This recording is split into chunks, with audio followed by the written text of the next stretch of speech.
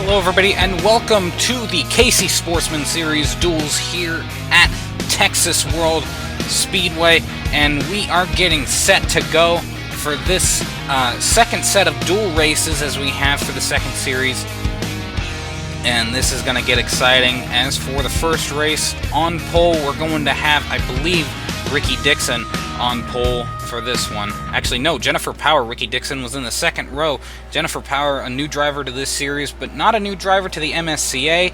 Gonna lead the field to green, and here we go.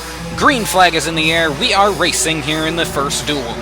Jennifer Power on the inside of Aaron Reese, a race winner here at Texas World, and he's hoping to try and make that multiple race wins. I believe he's won multiple times here, but he wants to win one more because that would make things sweet for him.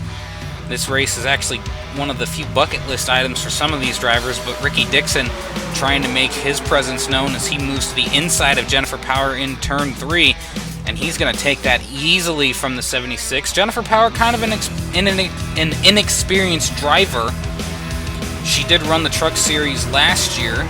Didn't do too bad of a job. I believe only barely missed out on I think a few races. However, she did run most of the season if she did miss a few, and finished relatively well for a small team like Ben Crouch Racing and those BCR Pontiac. And that BCR Pontiac right now looking fast as they cut down from 4 trucks to 1, and then they moved one team over to the Casey Sportsman Series. And that is the 76 of Jennifer Power. Ben Crouch is actually running his own truck in the Truck Series, as Jennifer Power has fallen back to 3rd now. Aaron Reese has gotten by her as she's now fighting with Roger Ray in the 33. And then behind them, Mitchell Henderson, last year's truck champion, battling it out as we come to lap number 5, going into lap 6 for the halfway point. Aaron Reese would be able to take the lead away from Ricky Dixon, but Ricky Dixon coming back on the inside, trying to make a move, and it looks like he's going to get it to stick, although we don't know for sure. This track has a heavy reliance on draft sometimes when you have to make passes like this. Dixon trying to make a decent move on the 15. He might get it coming into turn 3. Roger Ray trying to move down to the bottom, but Jennifer Power sticking her nose in there, and that's going to be a really wild move for the 76. And then you've also got Julio Caesar from Malley Motorsports making their presence known after they dropped their ASCA teams. They basically moved those down to the MSCA. Ricky Dixon still, however, holding the lead. Jennifer Power in 2nd, and 3rd is going to actually move to Julio Caesar if he can get by Aaron Reese. Reese not letting go of that position though, as he's already lost 2 to the 01 and the 76, and right now this looks like a pretty good run for the 76, as we didn't really expect Ben Crouch Racing to be too big of a threat. We did expect them to be kind of a mid-pack team, but still, this is a pretty good performance for the first race for this rookie team. As we continue on, lap 9 coming to lap 10, the white flag is out this time. Jennifer Power now fighting with Aaron Reese. And she's got Julio Caesar right on her back bumper, but Aaron Reese has, I don't know if you could consider them friends over college football, but definitely friends out on the racetrack. Aaron Reese and then his buddy James Austin, as they're going to be fighting to the inside. And then they've also got Mitchell Henderson moving in behind James Austin. Looks like Aaron Reese is going to take 2nd spot away from Jennifer Power, and James Austin is going to maybe make the drag race down. He will take 3rd. Jennifer Power finishing in 4th, right in front of Mitchell Henderson, as that was a beautiful drag race. And then Carter Friesen is who we're watching here, as it looks like he's going to be your 18th place finisher in that number 85 machine, just beating out Jay Jefferson, and surprisingly Sam Verbeek missing out, as Ricky Dixon takes the pole position in duel number 1. Aaron Reese in 2nd, 3rd James Austin, 4th row inside will be Jennifer Power come race day. Mitchell Henderson, last year's truck champion, will finish in 5th. Julio Caesar in 6th. 7th is Dave Witt. Nicholas Samudio, a new driver, but a very prominent ASCA driver, Andrea Martinez. 9th and 10th will be the 00 of Andrew Gorman, one of those Malley Motorsports cars that we were talking about. Roger Ray surprisingly fell back to 11th, Sean Arden 12th, 13th, Trace Howard, 14th, Austin Jakes surprisingly not doing too hot, Andre Oliveira running for Smart Motorsports in 15th, 16th, Don Johnson, Donnie Johnson, and then I believe Carter Friesen was the last one. Diego Yepes, Chris Sotomayor, Carly Atkinson are the last 3 drivers to finish. And surprisingly, Sam Verbeek is one of the big surprises, as he's usually a front runner. However, we're going into duel number 2 with Martin Grayson as your pole sitter. As we head in, Martin Grayson, too, is outside his teammate of Greg Shivers, a former Truck Series driver, and now making his name very well known in this in the Sportsman Series. Right behind them, though, Lucas Tran has constantly been hungry for a win since his entry into the series last year. Then you've also got Jacob Ray in the 55, his teammate Matthew Axe right behind them. A few other drivers that we've seen before. Kenny Washington, I believe, is in that 81 machine.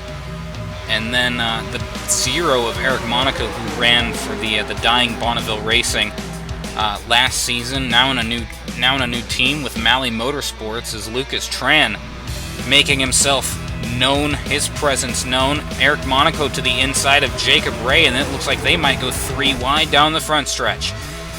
Eric Monaco to the inside, Jacob Ray to the center, and Greg Shivers to the outside. Jacob Ray's going to back off, and he's going to fall back in line. So that's 1 position lost for Jacob Ray. However, Lucas Tran holding steady up at the front. Martin Grayson in second, not looking to try and a lot of these guys not looking to try and wreck their cars after what they saw in the second duel for the Truck Series. They want to kind of keep things clean because, you know, you have to make the race by getting in, by racing in, and the 2 drivers that did not make the race in that duel that finished pretty much dead last equally were Eric Monaco, I believe Eric Monaco, and Chris Malley. So Eric Monaco trying to redeem himself here after getting into a scuffle with his boss, and he wants to make it look good in the Sportsman Series. Meanwhile, Greg Shivers will take back the lead coming to halfway. Lucas Tran and Martin Grayson will take him 3 wide, though, into turn 1 on lap number 6 out of 10. And Lucas Tran has just been making some moves. Martin Grayson also tried to get in a little bit there, but just decided to back off on the backstretch. Now Jacob Ray's moving in to try and maybe make a move for the lead. The 61 there is Ernest Crispin. He used to run the 68 Minecraft-sponsored car, but now he's running fully for Farfham Motorsports in that Mopar machine,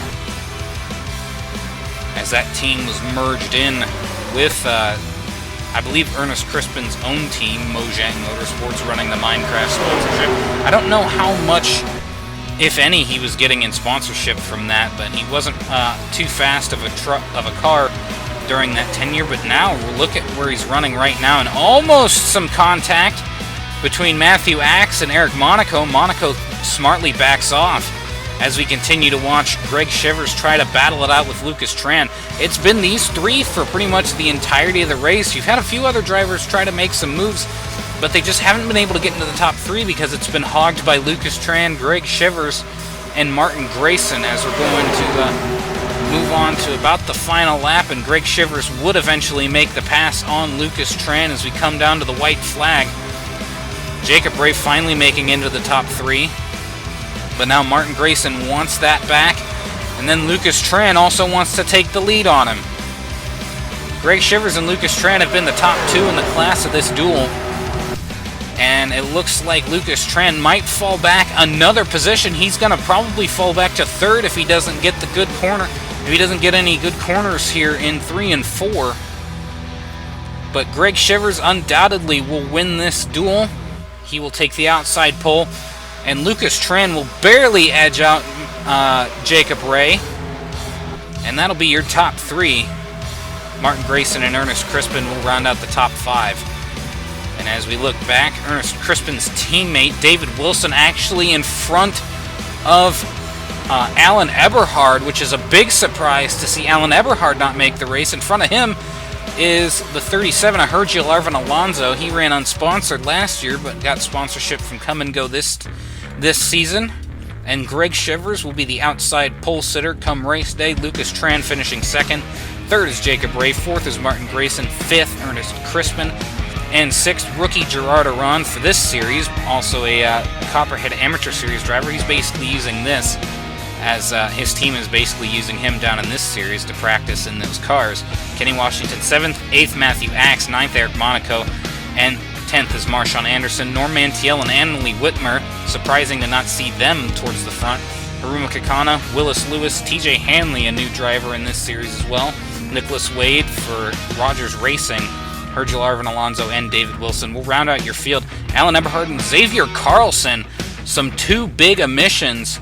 Also, Dennis Coetzee and Jason Haynes. This was a pretty stacked field, and a lot of drivers that we usually see, running kind of mid-pack have not made the race. And then there's the 75 of Joey Hamilton, unsponsored ride, but that'll do it. And we will see you come race day here at Texas World. This is the MSCA signing off.